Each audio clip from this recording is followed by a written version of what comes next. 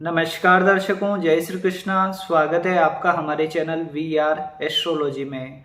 दर्शकों, आज इस वीडियो में हम बात करेंगे कि नया साल 2025 आने वाला है। आपकी राशि के लिए विवाह के योग कब बनेंगे, कब आपका रिश्ता तय होगा, किस महीने में आपका विवाह होगा, संपूर्ण चर्चा करेंगे। तो आप ये वीडियो पूरा जरूर देखिए, आपके लिए जानकारी लाभदायक सिद्ध होगी। इसके अलावा दर्शकों, अगर आपके मन में कोई प्रश्न है, आप अपनी कुंडली दिखाना चाहते हैं, तो आप हमसे जुड़ सकते हैं। हमारे नंबरों पर संपर्क करके आप अपना कॉल अपॉइंटमेंट बुक करवा सकते हैं। अब आते हैं दर्शकों हम हमारे विषय पर। देखिए, किसी भी जातक या जातिका के विवाह के लिए आपको इस बात को समझना होगा कि कुंडली में सप्तम भाव बहुत महत्वपूर्ण होता है। सप्तम भाव जितना मजबूत होगा, जितना शुभ प्रभाव में होगा, उतना ही जल्दी विवाह होने के संकेत मिलते हैं। और सप्तम भाव पीड़ित होने की कंडीशन में विवाह में डिले होता रहता है, कोई भी कारण बनता रहता है।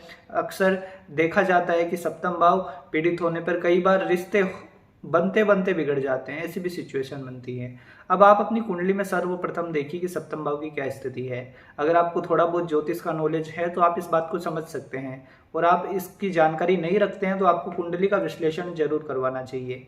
अब देखिए दर्शकों, किसी भी जातक या जातिका के विवाह के लिए सप्तम भाव के मालिक की स्थिति को देखा जाता है। सप्तम भाव के मालिक की दशा जब भी आती है या फिर अंतर्दशा आती है तो उस समय विवाह होने की संभावनाएं प्रबल हो जाती है। इसके साथ ही साथ देखिए दर्शकों, इस बात को भी समझना होगा कि गुरु हमारे जीवन में मांगलिक और शुभ कार्य करवाते हैं। गुरु जितने पॉजिटिव होंगे उतना जल्दी विवाह होने के संकेत मिलते हैं। साथ ही ट्रांजिट में यानी गोचर में गुरु का प्रभाव जब 7th हाउस को एक्टिवेट करेगा तो विवाह होने की प्रबल संभावनाएं बन जाती है। अब देखिए दर्शकों, हम बात करते हैं कि आपकी राशि के लिए गुरु कब विवाह के योग बना रहे हैं। अब देखिए दर्शकों, कर्क राशि वालों के लिए विवाह की स्थिति को समझें तो अभी आपकी राशि के लिए गुरुदेव बृहस्पति का गोचर हो रहा है आपकी राशि से एकादश भाव में यानी 11th हाउस में।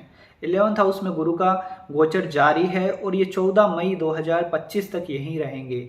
आपके लिए बहुत शुभ स्थिति गुरुदेव की बनी हुई है, क्योंकि ये 7th हाउस को ऑलरेडी एक्टिवेट किए हुए हैं।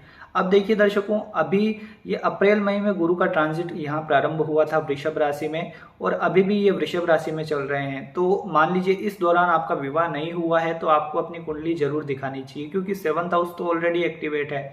अभी भी आपका विवाह नहीं हो पा रहा है, कोई ना कोई दिक्कत आ रही है, तो इस बात को समझना होगा कि आपकी कुंडली में ग्रह स्थिति जरूर पीड़ित है, इसी कारण आपका विवाह डिले हो रहा है।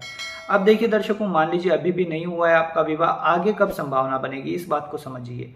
देखिए, गुरु का सपोर्ट आपके 7th हाउस को मई 2025 तक रहेगा, यानी 14 मई 2025 से पहले आपके विवाह होने की संभावनाएं प्रबल है। अब आपकी कुंडली में भी अगर दशाएं अंतर्दशाएं सपोर्ट कर रही है तो निश्चित मानिए आपका विवाह हो जाएगा। इसमें भी कुछ खास महीने हैं जहां पर सबसे प्रबल संभावना है आपके विवाह होने की, उसकी जानकारी आपको देते हैं। देखिए दर्शकों, आपके लिए स्थिति को समझें तो आपके लिए दिसंबर 2024 का आने वाला जो महीना है ये बहुत ही प्रबल है विवाह होने के लिए। अगर आपके कोई अच्छे रिश्ते आए हुए हैं तो आपको प्रयास करना चाहिए, आपका विवाह संपन्न हो सकता है दिसंबर में। इसके बाद देखिए, नए साल 2025 में आपके विवाह के योग बनेंगे फरवरी और मार्च के महीने में। फरवरी और मार्च बहुत ही महत्वपूर्ण रहेगा आपके लिए। इन दोनों महीने में विवाह होने की प्रबल संभावना है आपको प्रयास करने चाहिए।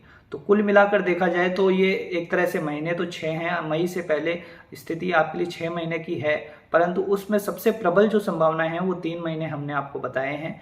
दिसंबर का महीना, उसके बाद में फरवरी और मार्च का महीना, इनमें विवाह होने की संभावनाएं ज़्यादा हैं।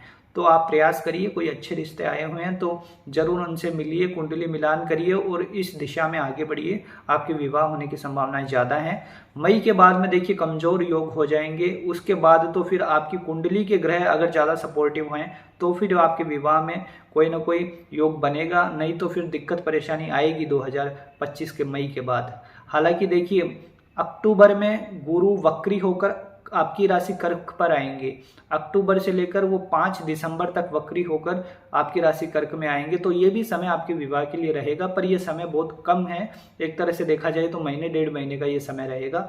उस समय में भी आपके विवाह होने की संभावनाएं बनेगी, उसको हम नकार नहीं रहे हैं, परंतु ज़्यादा जो संभावना है ये 3 महीने हमने बताए हैं, इसमें ज़्यादा संभावना है।